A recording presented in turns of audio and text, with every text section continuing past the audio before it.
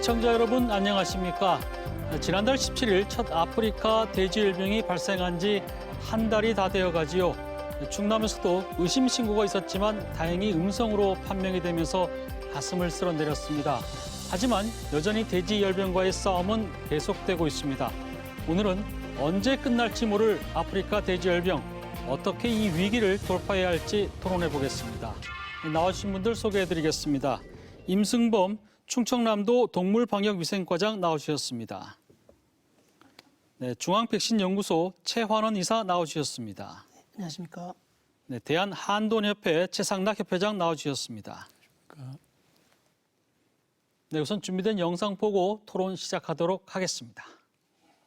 아프리카 돼지열병 ASF가 한강 이남까지 뚫리자 최대 양돈 단지가 있는 충남도 시한폭탄이 사실상 가동됐습니다. 더구나 충남에선 발생 농장에 직접 드나든 양돈 농가가 6곳, 도축장을 함께 쓴 농가도 170곳이 넘어 언제 어디서 터질지 모르는 불안감에 휩싸여 있습니다. 축사가 밀집한 마을에는 시내버스 운행이 금지됐습니다.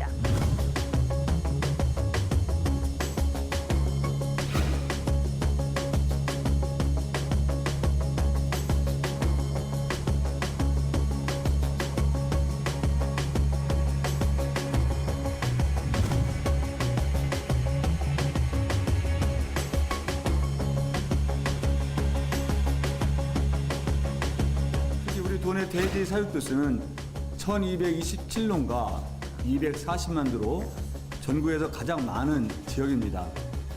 도내 양돈 농가는 물론 양돈 산업 종사자 모두가 긴장감을 늦추지 말고 총력 대응해 나가야 할 이유입니다.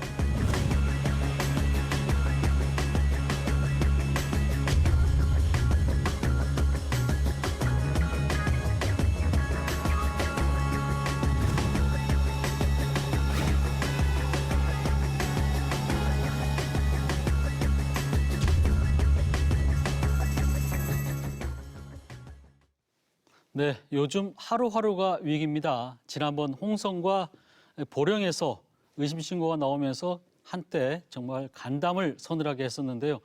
다행히 음성으로 나오긴 했지만 최근엔 또 방역대를 벗어난 연천에서 확진 신고가 나오는 등 연일 계속 확산되는 모양새인데요. 오늘은 먼저 아프리카 돼지열병이 어느 정도 파괴력이 있고 또 도내 상황은 어떤지, 지금 방역은 어떻게 이루어지고 있는지부터 좀 짚어보도록 하겠습니다. 네, 임 과장님. 네, 먼저 단도직입적으로 좀 물어볼게요. 일각에서는 충남이 뚫리는 것은 지금 시간 문제다 이런 얘기까지 나오고 있는데 그 정도로 이 방역하기가 어렵습니까? 어떻습니까? 뭐 현실적으로 지금 아프리카 돼지열병이 경기도 북부 지역에서 지금 집중돼서 발생이 되고 있는 건 사실입니다. 뭐 얼마 전에도 연천에서 또 추가 발생이 됐고 그렇지만 현재 북부 지역에 한정돼 있어서 우선 1차적으로는 저지망은 우선 그대로 갖고 간다고 보는데 저희들 이 충남의 입장에서는 이 충남이 들리면 전국이 들린다. 그런 긴박함을 갖고 있습니다. 그렇지만 저희들 뭐 아직까지는 벌써 3주가 됐지 않습니까? 3주 이상이 벌써 됐는데 현재까지 저희들 잘 막고 또 경기도에서도 그런 그 중점관리 지역을 잘 포함을 해서 차단을 잘 하고 있기 때문에 큰 무리는 없을 것이라 저는 생각을 합니다. 네, 향후 뭐 차단 방역 대책에 대해서는 좀 이따 토론해 보도록 하고요. 네, 최 이사님, 네. 그 아프리카 돼지열병이 저희가 이제 사실 그 전에 뭐 중국이라든지 또 유럽에서 나왔다는 얘기는 많이 들었지만 정말 이게 한국에 이제 닥치면서 많은 사람들이 도대체 이 병이 얼마나 위험하길래 이렇게 다들 걱정을 하고 있는 건가 이렇게 우려하는 분들이 많이 있어요. 이게 이 파괴력이 기존의 구제역이나 이런 것과 차원이 다른 건가요? 어떻습니까, 이게? 파괴력만으로 보면 완전히 다르다고 얘기할 수 있을 것 같고요. 실제적으로 100% 폐사가 일어난다라고 하는 분들도 계시는데 약하게 감염될 때는 한 20%부터 폐사부터 100%까지 폐사가 일어난다라고 알려져 있고요. 이제 방역이 어렵기 때문에 전수 살처분하는 숫자 때문에 그런 피해가 더 오히려 더 클 수도 있는 질병이라고 생각할 수 있을 것 같습니다. 방역이 어렵기 때문에 살처분할 수밖에 없는 그런 상황. 뭐 그런 부분들이 더 이제 힘들다 이런 부분이 있을 것 같고요. 네. 최 회장님, 지금 뭐 현업에서 아무래도 가장 큰 고민이 있겠죠. 지금 현지 그 농장들의 분위기는 어떻습니까? 지금? 이 질병 자체가 이제 백신 개발이 안 된 상태에서 우리가 처음 이제 발생이 됐지 않습니까? 그러다 보니까 농가들이 굉장히 그 마음적으로나 몸적으로나 굉장히 마음이 무겁고 걱정이 굉장히 큰 건 사실입니다. 물론 이제 이 병이 이제 그 유럽을 거쳐서 그다음에 아시아 그 중에서도 이제 중국을 거치고 그다음에 몽골 그다음에 베트남 이쪽으로 보다가 이제 지난 5월에 북한에서 발병이 됐지 않습니까? 북한에 발병이 되면서 우리 농가들이 이제 올 것이 왔구나 하는 그런 참담한 마음을 갖고 이제 대비하고 있는 게 사실이고요. 또 앞으로도 역시 마찬가지겠습니다만은 이 질병 자체가 백신에 의한 그 예방적인 그런 부분이 없기 때문에 살처분으로 갈 수밖에 없는 게 사실이고요. 그러다 보니까 자기가 기르던 돼지를 또 그 가까이 오게 되면은 살처분해야 되는 예방적 살처분도 중요하고 물론 발병이 되면 더 그렇겠습니다만은 굉장히 무거운 마음으로 좀 대기를 하고 방역 활동을 하고 있는 게 사실입니다. 알겠습니다. 과장님께 요 하나만 더 여쭤볼게요. 지금 이제 제가 이제 예방적 살처분하고 또 방역을 강화하면서 지금 뭐 100년 전통의 강경 젓갈 축제도 취소시키는 그런 상황이고 천안 지역의 이제 그 축제들도 전부 취소가 됐는데 이 축제까지 취소할 정도로 그 정도로 이게 방역이 강화돼야 되는 건지 아니면은 이게 좀 너무 과잉적으로 나온 게 아닌지 뭐 이런 얘기도 있던데 어떻습니까? 예, 그렇습니다. 네. 지금 뭐 아프리카 돼지열병이 우리나라에서는 이번에 지금 처음 발생이 됐습니다. 그런 차원에서는 뭐 아까도 이 말씀이 나왔지만은 구지역과는 좀 더 달리 차단 방역대를 좀 넓히고 또 방역하는 방식도 좀 바꿔야 되지 않겠느냐 하는 그런 그리고 또 현재 그 긴급 행동 지침이라고 매뉴얼이 있습니다만은 매뉴얼을 조금 더 좀 어떻게 보면 초월해서 방역을 해야 된다 하는 그런 필연성 그런 것이 지금 정부나 지자체 모두 인식을 하고 있는 그런 상태입니다. 따라서 이번에 그 이제 마침 또 이 가을철이 되면서 전국적으로 또 우리 도내에서도 많은 크고 작은 축제들이 행사가 많이 있습니다. 이 축제를 한다든지 행사를 하면은 이 다중 집합이 되기 때문에 집합소가 되기 때문에 축산농가라든지 특히 또 외국인 근로자 이런 분들이 많이 또 다니고 그러다 보면은 거기에 대한 이 접촉 감염이 우려가 되는 게 사실이죠. 구지역과 달리 공기 전파가 되지는 않습니다만은 아프리카 돼지열병은 직접 전파에 의한 전파가 되기 때문에 가능한 한 정부나 지자체에서는 축제라든지 그런 행사를 모임을 금지를 한다든지 지양한다든지 하는 그런 방법을 쓰고 있습니다. 불가피하게 뭐 축제나 모임을 한다면은 그 행사장에 차량 소독 시설이라든지 또 발판 소독 매트 또 행사 전후에 차량을 이용해서 이 소독을 좀 한다든지 행사장을 그런 방법을 쓰고 있는데요. 이번에 우리 충남도 같은 경우에는 약간 대규모 행사라고 볼 수 있는 행사가 많이 있었는데 한 12개 행사 축제를 좀 우선 취소를 좀 시켰습니다. 뭐 대규모 행사가 홍성 쪽으로 볼 때는 홍성 한우 축제, 그 다음에 주로 이제 양돈 농구가 많은 지역에 있는 행사들이 주로 취소가 됐죠. 광천에 이제 토굴새우젓 축제, 논산으로 볼 때는 아까 말씀드린 그 강경 새우젓 축제, 그 다음에 연산 대추 축제, 대표적으로 이런 큰 행사들을 좀 취소하고 있습니다. 네. 무엇보다 이제 감염 경로가 과연 어디에 있는지 파악하는 게 제일 급선무일 텐데요. 아직까지도 지금 한 달이 넘었지만 좀 오리무중인 것 같아요. 뭐 얼마 전에는 뭐 DMZ에 있는 뭐 야생 멧돼지에서 바이러스가 발견돼서 멧돼지가 유력한 게 아니냐 지금 거의 뭐 몰아가는 분위기인 것 같기도 하고요. 또 실제로 이제 발생이 주로 경기도 이제 북부 지역에 발생하다 보니까 아무래도 이제 북한에서부터 유입된 거는 거의 뭐 기정사실화되고 있는데 최 이사님 지금 감염 경로에 대해서는 여전히 지금 뭐 오리무중인가요? 네, 아직까지 뭐 추측하시는 대로 DMZ 근방에서 네. 주로 발생이 되고 있기 때문에 북한을 제일 먼저 의심을 하는 게 북한에서 왔을 거다라고 의심을 하는 게 가장 합리적인 의심일 거는 같습니다. 근데 이제 그 뒷단에 발생되는 연속해서 발생되는 거에 대한 원인은 뭐냐라고 역학조사를 하게 되면 뭐 사료 차량도 있을 수 있고 분뇨 차량도 있을 수 있고 여러 가지가 나올 수 있는데 지금 제일 문제점은 첫 번째 발생 농장의 원인이 지금 분석이 안 되고 있기 때문에 아까 과장님께도 말씀하셨다시피 모든 방역 절차를 다 하는 거죠. 어디를 집중해서 원발적인 문제점을 방어를 할 수가 있으면 그래도 조금 더 집중할 수 있을 텐데 지금은 그게 정확히 판단되지 않으니까 모든 분야에서 동물, 차량, 멧돼지, 물, 사료 모든 분야를 다 방역해야 되는 문제점이 있는 것 같습니다. 네, 그러니까 이제 뭐 어디가 원인인지 어느 정도 나오면은 그쪽으로 집중하면 되는데 네네. 이게 어디서 터질지를 모른다는 상황인 거죠. 네, 맞습니다. 흔히 일반적으로는 아프리카 돼지열병이 저기 발생 감염한 경로들이 있습니까? 주로 뭐 해외 같은 경우에도 해외에 가장 많이 지금 언급되고 있는 거는 멧돼지에 의한 멧돼지. 전파를 가장 많이 의심하고 있고요. 그거는 이제 멧돼지에 의한 전파는 바로 인근된 농장으로 전파될 네. 때는 멧돼지가 반경 뭐 10km 안쪽에서 움직이면서 뭐 전파시킬 수 있지만 지금 러시아에서 중국으로 올 때 4,000km를 뛰어넘는다든지 아프리카에서 유럽으로 넘어올 때 대륙을 건너간다든지 이런 부분들은 축산물에 의해서 축산물을 가축에 서 수출입하거나 먹인다든지 뭐 이렇게 네. 이렇게 아니면 여행자들이 갖고 와서 먹인다. 감염된 어떤 축산물을 가지고 먹인다든지 이런 데서 처음 발생됐으리라고 추측하고 있고 그게 이제 증명된 상황이고요. 그리고 나서는 이제 그 지역에서 토착된 멧돼지라든지 그 발생된 농장의 축산물들이 미리 알아채지 못한 상황에서 퍼졌을 때는 갑자기 널리 퍼지는 이런 문제를 일으키고 네. 있다고 보고되고 있습니다. 최 이사님 농가에서 하면 제일 답답하실 것 같아요. 지금 뭐 이 경로라든지 이런 부분에 대해서는 지금 양돈협회 한돈협회 같은 경우는 지금 어떻게 보고 있습니까? 저희 같은 경우는 이제 그 지난 그 태풍 링링 때 네. 그때 이제 폭풍우가 몰아쳤지 않습니까? 그래서 뭐 멧돼지도 DMZ에서 발견이 됐습니다만은 그 전에 이제 북한에 발병이 돼가면서 평안북도가 돼지가 전멸이 되지 않습니까?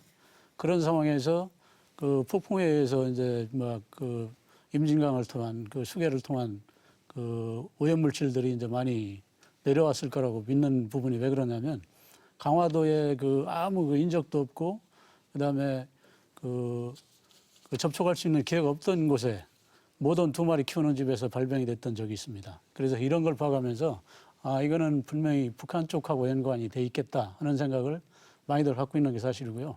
또 그다음에 보시면 아시겠지만은 임진강 수계에서 한 70km에서 연천군까지 뻗쳐 있는 그곳에서부터 10km 남쪽으로 이제 상해안 쪽에서만 지금 집중적으로 발병이 되고 있는 상황이고요.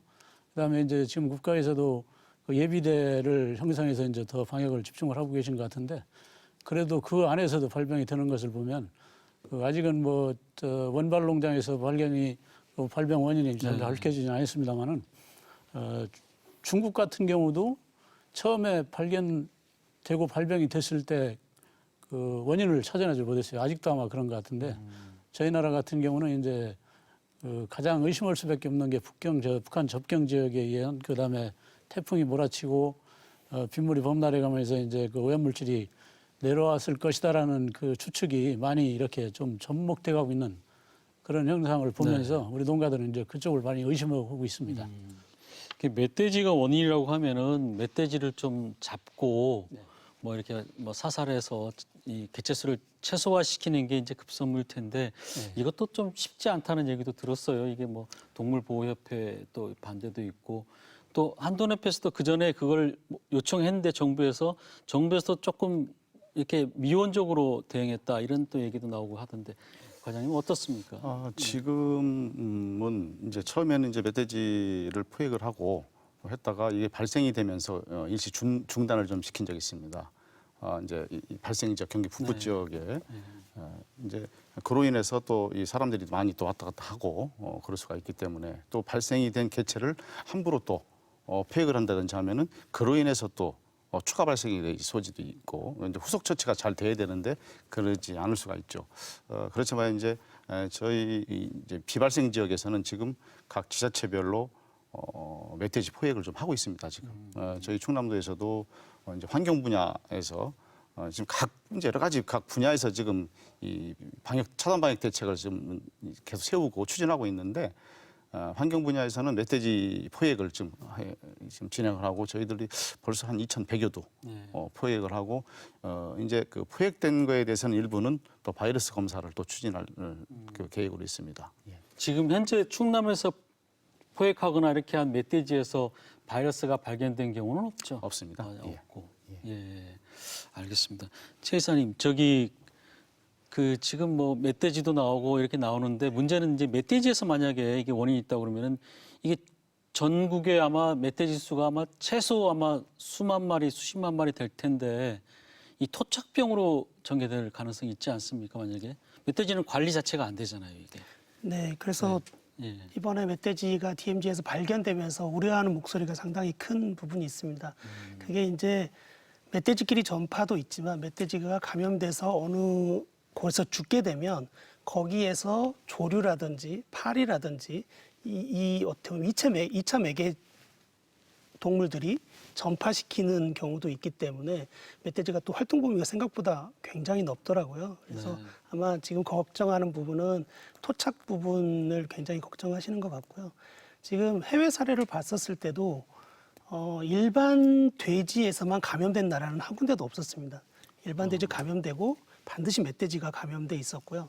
그리고 또 이렇게 근절시킨 나라들 보게 되면 멧돼지를 관리하지 않고 근절시킨 나라는 또 없었거든요. 그래서 이번 정책에서 반드시 멧돼지 관리가 좀 필요한 상황인데 조금 조심해야 될 점은 멧돼지를 어떤 사냥을 한다든지 몰았을 때 사냥을 하러 몰았을 때 혹시 감염된 멧돼지가 자기 활동 반경을 넘어서 다른 지역으로 간다든지 이런 문제가 발생될 수 있기 때문에 멧돼지 사냥하는데도 어떤 지침이 있어서 그 지침에 따라서 사냥할 수 있도록 해야 되는 게 필요할 것 같습니다. 그렇죠. 이제 멧돼지를 몰다 보면 이 멧돼지가 다른 지역으로 넘어가면 오히려 잘못되면 확산될 그런 우려도 남고 있고. 어떻습니까, 최 회장님? 그 멧돼지도 있지만 또 사람에 의한 감염 경로도 나오고 그래서 또 뭐 이 살처분에 참여했던 사람들이 좀 관리가 좀 뭐 이렇게 안 돼서 이렇게 그런 우려도 아마 하신 거로 알고 있는데. 네, 처음에 이제 파주에서 발병이 됐을 때 이제 매몰 처분하는 사람들이 이제 동원이 됐지 않습니까? 그 중에 이제 충남에 이제 렌더링 업체를 포함해서 거기에 필요한 이제 근로자들이 있어야 될 텐데 외국인들이 많이 동원됐는데 그네들이 거기에 이제 그 참여를 하고 그 이후에 복귀를 해가면서 정확한 이제 스케줄을 따르지 않고 그다음에 이제 그 참여했던 사람들을 다시 이제 파산을 시킬 때도 그런 정확한 그 지침이나 교육이 전달이 안 된 상태에서 그런 일이 벌어졌기 때문에 농가들이 굉장히 우려를 하고 그다음에 우리 그 충남 지부에 그 해당되는 지부장들이 막 저한테 항의 전화도 오고 했던 부분이 있었습니다. 그래서 이런 부분이 그 앞으로도 이제 마찬가지 되겠습니다만은 지금 현재도 계속 지속 발생이 되고 있기 때문에 그런 일이 벌어지지 않게 하기 위해서는 렌더링 업체라든지 아니면 거기에 따라서 같이 근로하는 근로자들 한 80여 명 정도가 소요되고 그런다는데 그 사람들이 참여를 하게 된다니 그러면은 그곳에서 이제 그 참여한 사람들이 3일이나 얼마 정도를 세척 소독을 해가면서 지내다가 그 이후에 이제 산업에 복귀를 하더라도 우리 축산업이나 양돈업 쪽에 접근을 하는 일이 없도록 이제 교육 자체가 지침이 마련돼야 될 것 같고요. 네, 네. 과장님 하신 말씀 있으실 것 같아요. 천안에서 뭐 이렇게 경기도 갔던 외국인 근로자들하고 뭐 사라졌다 그래서 저희도 보도도 하고 그랬었는데. 네, 그렇습니다. 사실 뭐 초기에 살처분 인력에 이제 우리 도에 소속돼 있고 우리 도에 주소지를 두고 계신 분들이 발생 지역 이게 이제 그 살처분 농가에 투입이 돼서 그 농가에 투입이 돼서 내려올 때 관리가 제대로 않고 있었다 하는 그런 어려운 점이 있었고 사실 지금 현재도 그 살처분 인력에 대해서 어떻게 보면 세세하게 관리하는 것이 현실적으로 어려운 실정입니다. 또 이 어떻게 보면은 이 발생 지역에서는 긴박한 그런 상황으로 살처분을 빨리 또 진행을 해야지만이 되기 때문에 여러 또 살처분이 가능한 인력들을 막 수집을 해서 이제 투입을 하고 있는데 그에 대한 사후 관리를 먼저 해 주셔야 되는데 그런 것도 잘 원활치 않은 것도 사실이었고요. 그래서 저희들이 발생 시군에 살처분 인력이 어떻게 투입이 됐는지 저희들이 도리어 요청을 먼저 하고 또 요청을 해서 그분들의 명단을 받고 그렇게 해봤는데 지금도 그 명단 중에 일부는 또 확인이 잘 안 되는 분들도 계십니다, 사실상. 예, 그래서 그 인력 업체에 직접 우리 직원들이 현장에 가서 그 인력 업체에 대한 그런 내용과 또 우선 소독 조치도 하고 그에 대한 명단도 확보를 해서 그분들이 축산농가에 좀 접촉을 한다든지 방문한다든지 그렇게 하지 말라 하는 그런 지도를 좀 계속을 하고 있습니다. 이제 또 현실적으로 또 어려운 그런 부분이 또 있어서 우리 이제 최 회장님한테도 그런 부탁을 또 드렸습니다만 양돈농가 전체한테 우선은 내국인 외국인에 대해서 이 안정이 될 때까지는 신규 근로자를 채용하지 말라. 신규로 그렇죠. 이제 하지 말자. 예, 우선은 좀 네. 외부인을 좀 통제하는 그런 차원에서 채용하지 말라. 그 다음에 심지어는 지금 뭐 축사 개보수가 많이 이루어지고 있습니다. 가을철 되기 때문에 겨울철 도래기 전에 축사 개보수를 하는데 이 부분도 안정이 될 때까지 축사 개보수도 좀 연기를 좀 해달라 하는 그런 요청을 저희들이 드리고 지금 그렇게 또 시행하고 있기 때문에 우선 직접적으로 접촉하고 한 그런 사례는 없는 것으로 지금 저희들은 파악을 하고 있습니다. 그런데 이 문제가 사실은 좀 범정부 차원에서 국가적으로 빨리 제도화를 시켜서 허가나 등록제로 그러니까 돼서 방역 가야 요원을 되겠습니다. 국가에서 이렇게 등록해서 그렇죠. 그렇게 하면 아무래도 관리도 쉽고 그렇습니다. 그럴 텐데 예, 예. 사후 관리도 훨씬 더 원활히 될 수가 있다고 봅니다. 저희 나라가 뭐 구지역이나 AI 때문에 해마다 이렇게 정말 고통을 받고 있는데 그렇습니다. 그게 아직 잘 안 되는 건가요? 중앙정부 차원에서 좀 이건 대책이 허술한 부분이 있다는 생각이 드네요. 예, 조류 인플루엔자 같은 경우는 그게 또 가능하고 그렇게 이루어지고 있습니다. 왜냐하면은 그건 또 인체 감염 우려 때문에 백신을 또 투입하기 전에 백신을 주입하기 때문에 그거에 대한 인력이 좀 관리가 되고 그렇게 되는데 이번에 이제 아프리카 대절병 관련해서는 워낙 긴박한 상황으로 그런 사전 조치가 좀 안 된 것 같습니다. 네, 알겠습니다. 제사님, 제가 궁금해서 좀 여쭤보려고 하는데 이거 하나 여쭤볼게요. 지금 북한 같은 경우에 사실은 이제 북한에서 지금 남한으로 이제 우리나라로 넘어왔다고 하는데 북한 상황이 혹시 어떤지 좀 알고 계십니까? 지금 그쪽 뭐 저도 직접 네. 들은 건 없기 때문에 네. 뭐 어떤 신문지상이나 아니면 뉴스를 통해서 접할 수밖에 없고 뭐 들리는 얘기로는 뭐 다 죽었느니 뭐 이런 얘기까지 나오고 있고 실제적으로 이렇게 폐쇄된 집단이라서 정확한 정보는 쉽지 않을 것 같은데 일단 중국이나 베트남의 모델을 가지고 북한을 본다라고 하면 북한이 오히려 더 열악하기 때문에 더 죽었을 거라고 생각을 하는데 일단 중국이 40% 50% 폐사 또는 살처분 이 정도를 얘기를 하고 있거든요. 베트남도 마찬가지고요. 그렇다 그러면 북한도 역시 그 이상은 폐사가 일어나지 않았을까라고 예측을 하고 있습니다. 그 북한도 근데 워낙 정보가 통제된 사회다 보니까 저희가 잘 모를 뿐이지 거기도 살처분 하고 있죠, 사실은.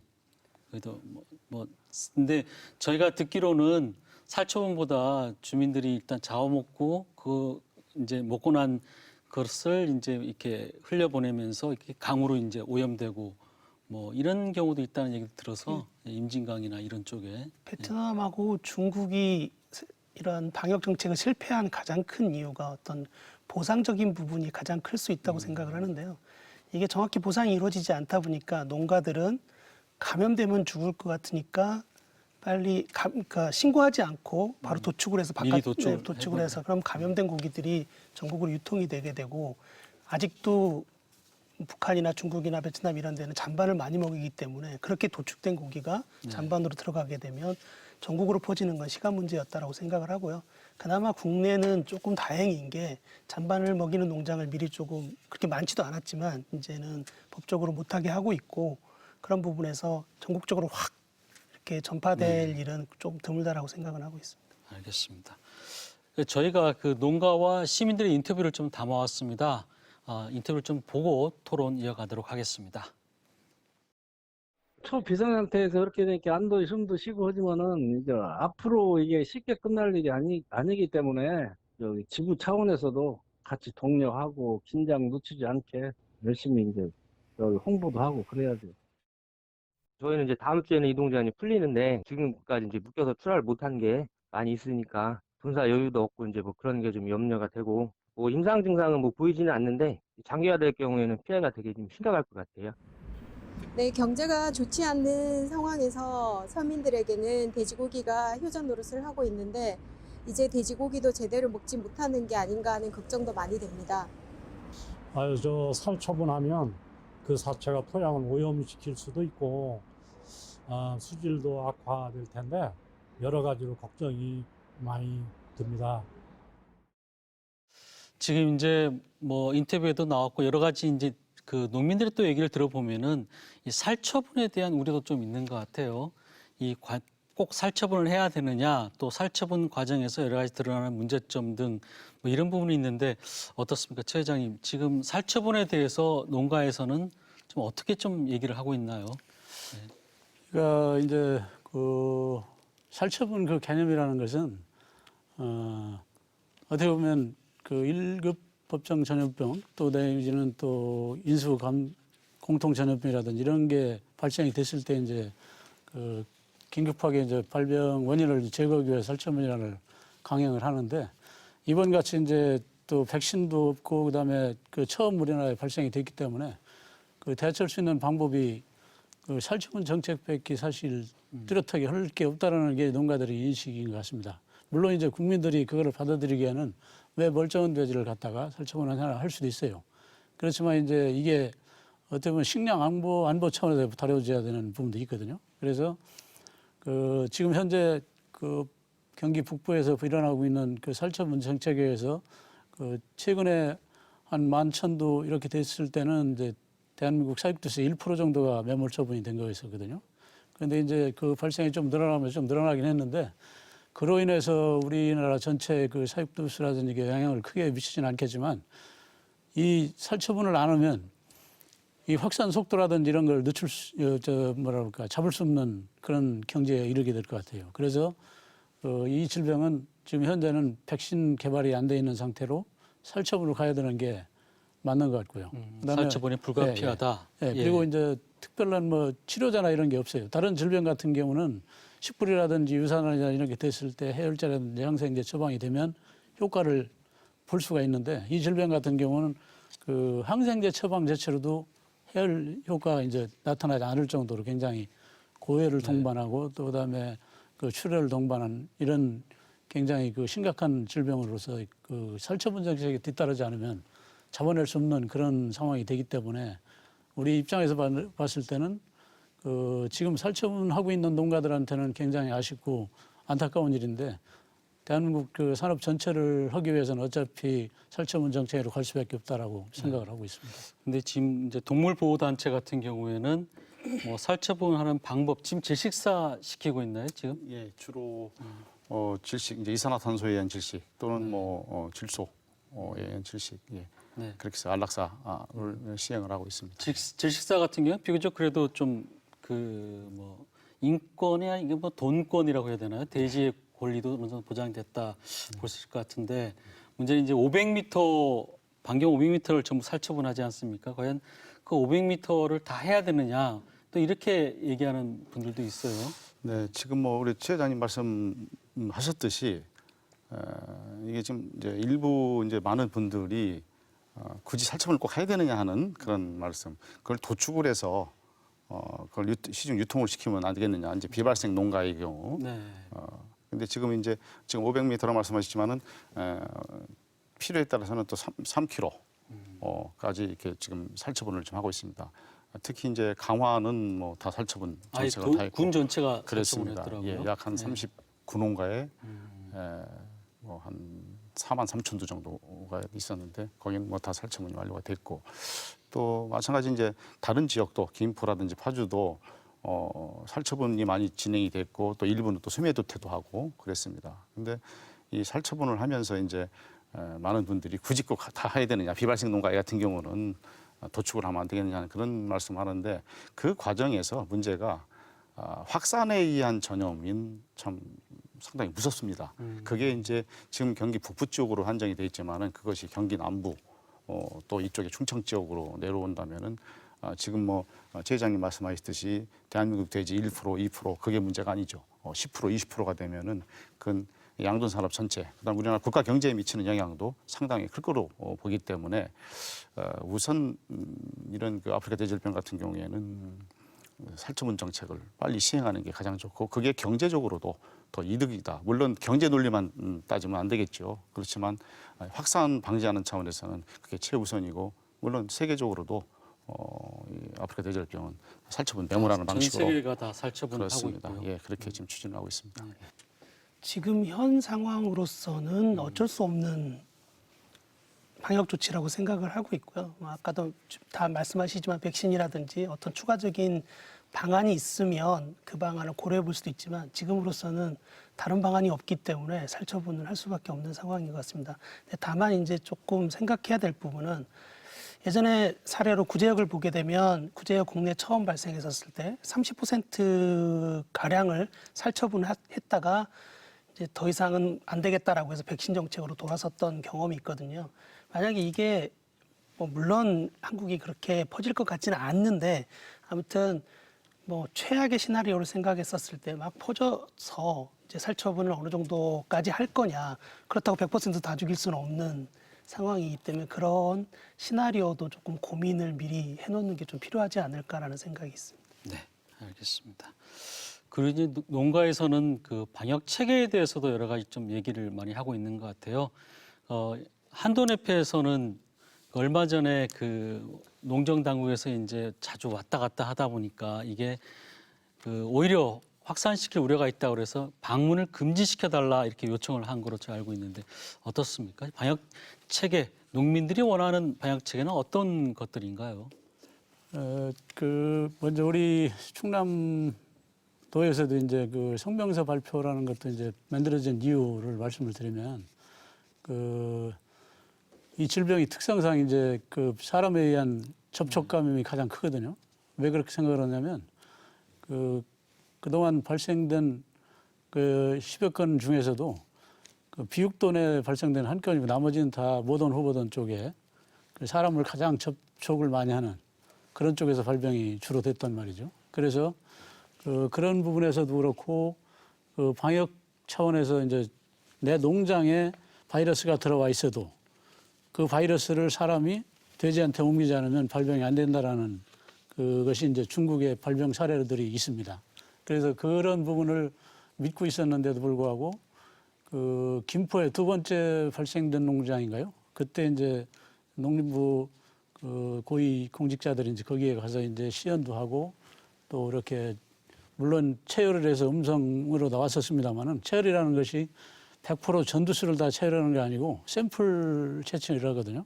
그런데 거기서 음성이 나왔으니까 이제 마음 놓고 가서 했는데 이 바이러스 특성이 이제 ASF가 이제 잠복기가 4일에서 19일이란 말이죠. 그다음에 발병을 한다는 것은 그 24 내지 48시간에 이제 뭐 바이러스를 배출도 가장 많이 하지만 그 정도의 잠복기를 오랫동안 갖추고 있기 때문에 언제 터질지 모르고 그다음에 발현을 안 하면 사람이 모르는 이게 참 미스터리한 질병일 수도 있거든요. 그런데 이제 그때 그런 경우를 이제 당했기 때문에 우리가 이제 자발적으로 소독을 열심히 하고 있는 농가들이 있었는데 지금도 이제 물론 저도 이제 수긍을 했습니다만은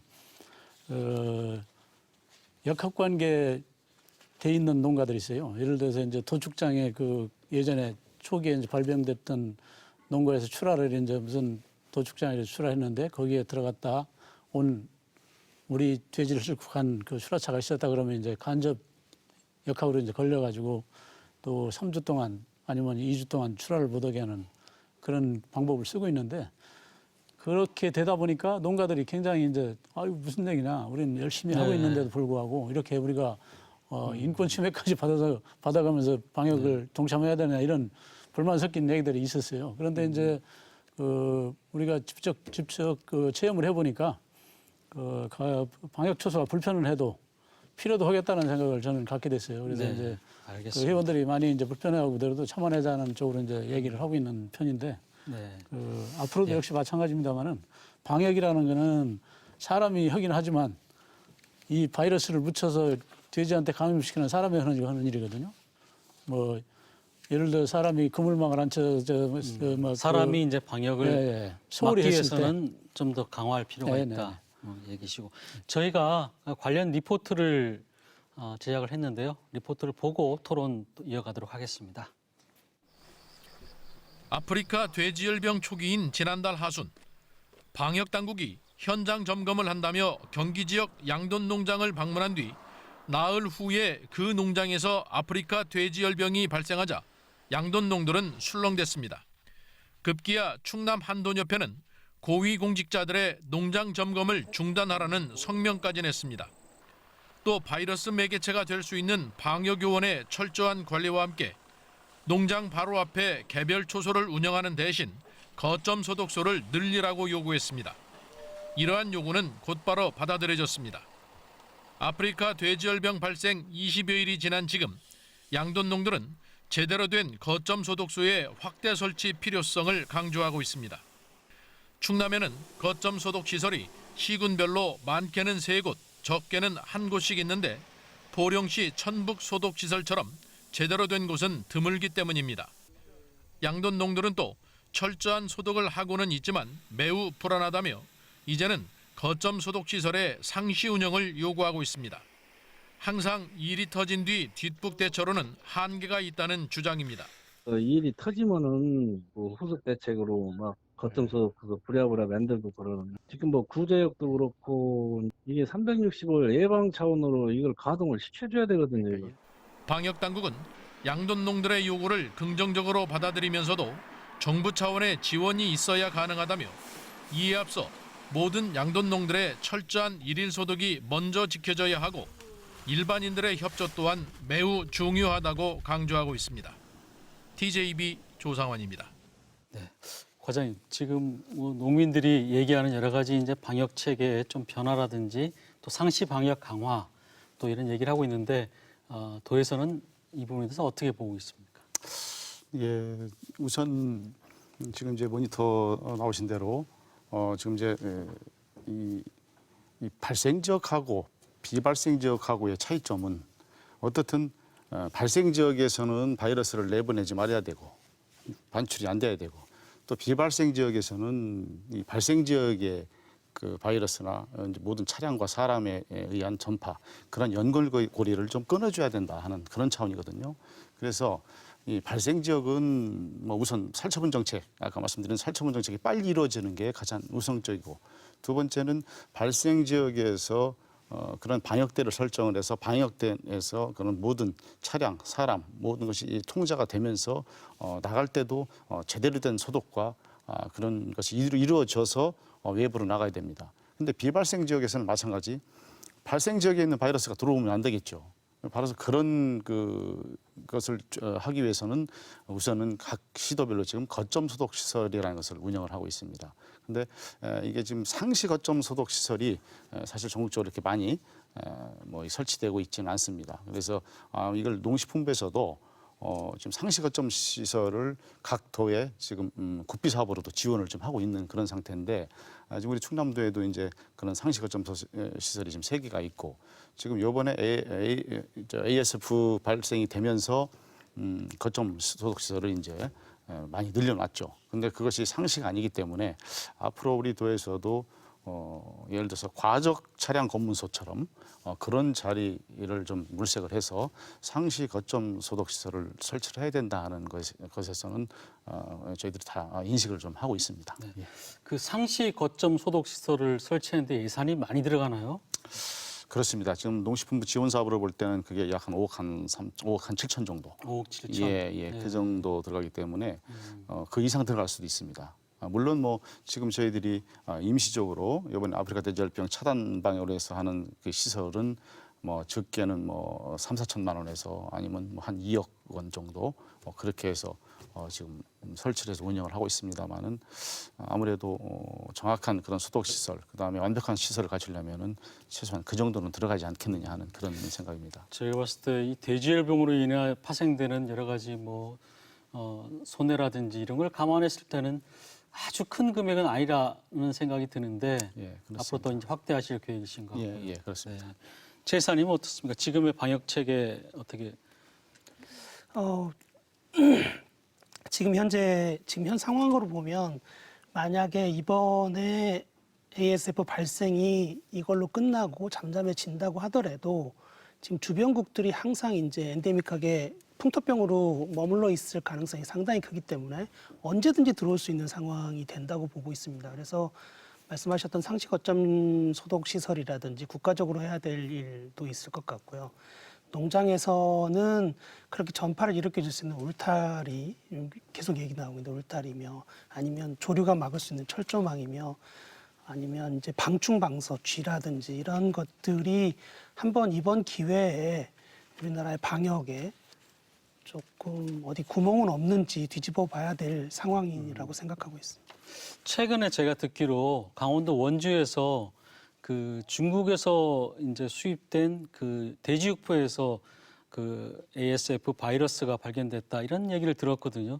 그런 경우는 어떻게 방역을 어떻게 막아야 되나요? 참 어려운 점이 있을 것 같아요. 회장님 어떻게 보십니까? 하여튼 그 축산식품 중에서 이제 돼지 그 가공품 중에서 뭐 훈제를 해서 이제 실제 70도씨에서 30분 이상만 가려두면 사멸을 합니다. 불활화가 되는데 그렇지 않은 경우가 이제 좀 저개발 국가에서 그 만드는 식품에서 그런 현상이 있었던 것 같은데 그 육포에서 살아남을 수 있던 그 기간이라는 게 있어요. 예를 들어서 이제 그 냉동육에서 뭐 1000일이 간다고 하죠. 3년 이상이 간다고 하는 것도 있고요. 그다음에 이제 뭐 일반 냉장 혈액에서 뭐 100일이 가고 뭐 그다음에 분뇨에서 상온에서 이제 한 뭐 5개월, 6개월 가고 이런 데이터가 있습니다.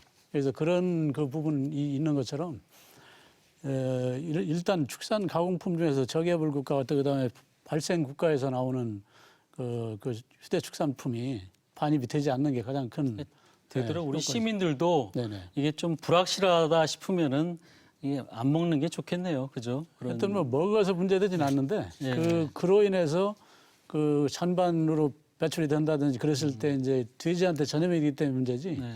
요게 이제 좀 방송에서 좀 오류가 날 수 있는데 사람한테 감염되는 건 절대 아니거든요. 그쵸, 사람한테 감염되는 건 무해한 사실인데 아니니까. 이게 지금 저 방역 활동도 하고 열심히 하는 그분도 사람 때문에 하는 것이 아니라 돼지열병이 감염이 돼서 국가 전체 이제 양돈 산업이 무너지게 되면은 사실은 대한민국 전체 식단이 문제가 되지 않겠습니까? 그래서 그런 차원에서 방역을 하는 것이지 여기 사람 때문에 대해서 이제 오해가 있어가지고 계속 반복되는 얘기인데 그러다 보니까 방송 매체에서 이거 뭐 큰 문화 되는 것처럼 하고 또 그다음에 이제 그 이 방역 차원에서 또 그 뭐라 그럴까 출하 정지라든지 또 이제 엊그제도 이제 발병이 됐을 때 48시간 또 이동 제한 이런 경우 때문에 출하를 못하는 경우가 생기지 않습니까? 그래서 적체된 돼지들이 한꺼번에 몰려 나오니까 그 돼지값이 오르는 게 아니라 안 나갈 때는 좀 띄울 수 있는데 또 한꺼번에 몰려 나오면 돼지값이 또 폭락을 한단 말이죠. 요즘에 폭락하고 있다고 하더라고요. 지금 많이 폭락돼가지고 네. 상당히 어렵습니다. 물론 뭐 체중도 커져 있겠지만 그래서 이런 부분 때문에 우리 국민들도 역시 마찬가지인데 그 사 드실 때 발생국에서 나와 있는 건지 확인도 좀 잘 하시고 그다음에 좀 비위생적으로 돼 있는 그런 축산물을 물론 내국인이 먹지는 않을 거예요. 대개 이제 우리 양돈 현장에도 한 70% 가까이가 외국인이 근무를 하고 있는데 그네들이 또 자기네 향수가 있어가지고 자기네 제품을 지네들이 먹던 걸 사 먹고 싶어갖고 아시아마트라든지 이런 데 가서 구입하다 먹다가 남은 찌꺼기가 만약에 바이러스에 감염되어 있는 유전자를 갖고 있는 거를 돼지한테 혹시 먹여주는 역할을 사람이 했다 그러면 돼지한테 그게 발병이 되는 거거든요. 그런 걸 막기 위해서 우리가 좀 조심해야 되겠다. 네, 농가에서도 예. 조심을 해야 되겠네요. 네, 그런 생각입니다. 아까 이제 뭐 여러 가지 감염 원인이 나왔지만 제일 중요한 게 이 백신이 나오면 어느 정도 해결되지 않겠습니까? 그렇죠? 지금 백신 개발 어느 정도입니까? 지금 연구를 하고 있는 기관들은 여러 군데가 있습니다. 스페인이라든지 중국, 미국, 국내에서도 몇 개 기관들이 연구를 하고 있는 것은 사실인데요. 아직까지 논문 같은 데서 90% 방어가 된다라고 하는 자료들이 보고는 되고 있지만 상용적으로 된 백신은 없기 때문에 아직까지 못 사용을 하고 있는 거라고 봐지고요.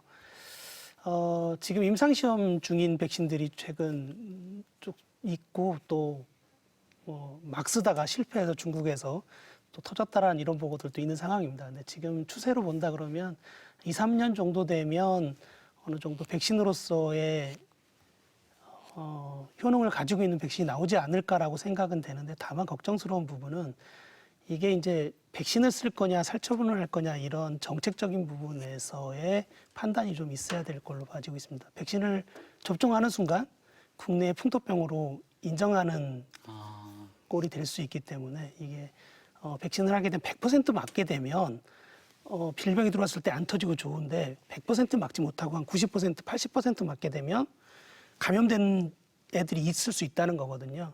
그래서 그 친구들이 또 전파를 하고 백신이 안 맞았던 농장이라든지 이런 농장들은 걔네들이 또 감염시킬 수 있고 그래서 그렇죠. 백신이라는 자체가 원래 그 병을 가진 종류라고 하나요? 네. 그걸 가지고 활용해서 하는 거니까 과장님, 이게 참 고민스러운 사안인데요. 이 백신 문제 어떻게 살처분이냐 백신이냐 과장님 어떻게 보십니까? 지금 말씀하셨듯이 지금 세계적으로는 결국 이제 백신은 개발을 하지 않겠느냐 이제 저희들은 그렇게 판단을 하고 있습니다. 지금 계속 연구가 계속 진행되고 있고, 근데 이제 어느 분야에서 어떻게 먼저 시작을 하고 또 저희들이 이제 가장 이제 그 백신을 만들면서 또 이 통용이 된다 하더라도 좀 걱정되는 부분이 하나가 과연 그것이 완벽하게 접종의 효과를 볼 것이냐. 그렇지 않으면은 지금 말씀하셨듯이 또 다른 또 전파 요인이 될 수가 있고 거기에 대한 또 피해는 더 클 수도 있다 하는 그런 좀 우려를 좀 하고는 있습니다. 그렇지만 어쨌든 전 세계적으로 이 아프리카 돼지열병을 35년 만에 종식시킨 스페인이나 또 미국 이런 데서도 계속 지금 거기에 대한 연구가 그간에 오래 진행되어 오는 걸로 알고 있습니다. 그런 나라에서 진행을 하고 있는 걸 알고 있는데 같이 우리나라도 같이 정부와 같이 해서 좀 연구를 해서 백신이 개발이 돼서 이 백신 개발해서 접종을 하면 아무래도 지금 구제역과 마찬가지로 피해는 좀 확실히 좀 줄어드는 사실이기 때문에 그런 부분도 같이 연구가 되어야 될 것이라 봅니다. 어쨌든 백신 개발은 이제 계속 진행이 돼야 되고 스페인 같은 경우에 35년 만에 어떻게 종식을 시켰죠? 정확히는 저희들도 이제 내용은 사실은 잘 모르겠습니다만은 이 스페인도 첫째는 멧돼지에 의한 전파. 이게 이제 이렇게 이 전파 경로가 이렇게 저희들이 알려져 있습니다. 아프리카에서 1921년도에 케냐에서 이제 발생이 돼서 50년도에 이제 이 스페인 또 포르투갈 쪽으로 올라갔는데 그때는 어떻게 선박으로 해서 전염이 됐다고 그럽니다. 근데 스페인이나 포르투갈에서는 거의 멧돼지에 의해서 전염이 동쪽에서 서쪽으로 또 지금은 또 아시아 쪽으로 그렇게 지금 전염이 됐기 때문에 멧돼지에 의한 관리 거기에 대한 또 차단 또 살처분 정책 계속 그렇게 했는데 그 시간이 그렇게 오래 걸린 거죠. 예. 알겠습니다. 저희가 이 토론하다 보니까 시간이 이제 거의 마무리 시간이라서요. 회장님, 그 양돈 업계에서 아무래도 가장 큰 타격을 입고 있는 상황인데 어떻게 앞으로 대처해 나가야 될지 마무리 말씀 좀 부탁 좀 드리겠습니다. 이 질병이 특성상 이제 백신 개발 안 되고 치료제가 없다는 그런 맹점이 있기 때문에 저희가 이제 우리나라가 돼지고기가 이제 100% 자급국이 아니거든요. 60% 정도의 자급을 하고 있는데 이 수준을 지키기 위해서라도 우리가 이 질병을 분명히 막아내야 됩니다. 예를 들어서 우리 국민이 60%들 방화벽을 치지 못하면 어떻게 보면 그 수입업자에서의 돼지고기 가격이 결정이 되고 또 그러다 보면 다른 그 소고기나 닭고기한테까지도 여파가 갈 수가 있습니다. 왜냐하면 돼지고기 값이 올라갔다. 예를 들어서 지금 ASF로 인해서 세계 그 돼지 고기가 이제 한 30%가 사라졌거든요. 그래서 이제 지금 미중 분쟁으로 이제 중국이 미국의 육류를 수입을 해가지고 못 오기 때문에 지금 이런 상황이 있고, 또 미국에서 중국으로 수출 못하니까 그 나머지 우방국들한테 이제 가져가를 하기를 이제 원하고 있지 않습니까? 그래서 거기를 수입은 안 할 수 없는 상황이니까 이제 수입력이 많이 우리한테 들어오고 있는데, 이게 만약에 미중 분쟁이 해결이 되면 어차피 우리나라에 돼지고기 부족 현상이 분명 올 겁니다. 그래서 그렇게 됐을 때를 대비해서라도 지금 현재 살처분한다고 또 그다음에 멧돼지 사살하라고 이런 거에 대해서 불만이 많이 있을 수도 있는데, 장기적인 안목에서 우리 국민이 하나가 돼서 식량 안보 차원에서 우리 양돈업도 꼭 지켜내야 된다는 그런 마음가짐으로 이제 하나가 돼야 되는 그런 부분이 있을 것 같습니다. 그러니까 우리 양돈인들이 지금 열심히 방역 활동을 하고 있고, 물론 정부에서도 그렇고 관에서도 그렇고 열심히 해주셔서 같이 하고 있는데, 이것이 반드시 방어가 돼가지고 우리 국민이 안심하고 돼지고기를 충분히 섭취할 수 있는 그런 날이 빨리 왔으면 하는 생각입니다. 네, 알겠습니다. 이런 상황을 저희가 슬기롭게 잘 극복을 해야 되겠죠. 방역도 열심히 하시고 백신 개발도 최대한 그 정책적인 문제를 둘째치고라도 일단 백신부터 개발을 해야 될 것 같고요. 오늘 나와주셔서 고맙고요. 네, 오늘 시간 관계상 토론 여기서 마치도록 하겠습니다. 네, 고맙습니다. 네, 자식처럼 기른 가축들이 힘없이 죽어나가는 모습을 보는 농민들의 심정, 다 헤아릴 수는 없지만 그 안타까움을 짐작할 수는 있습니다. 돼지열병이 더 이상 확산되지 않고 또 직간접 피해를 입은 축산 농가에 제대로 된 보상과 회복이 이루어지기를 기원하겠습니다. 오늘 토론 여기서 마치겠습니다. 고맙습니다.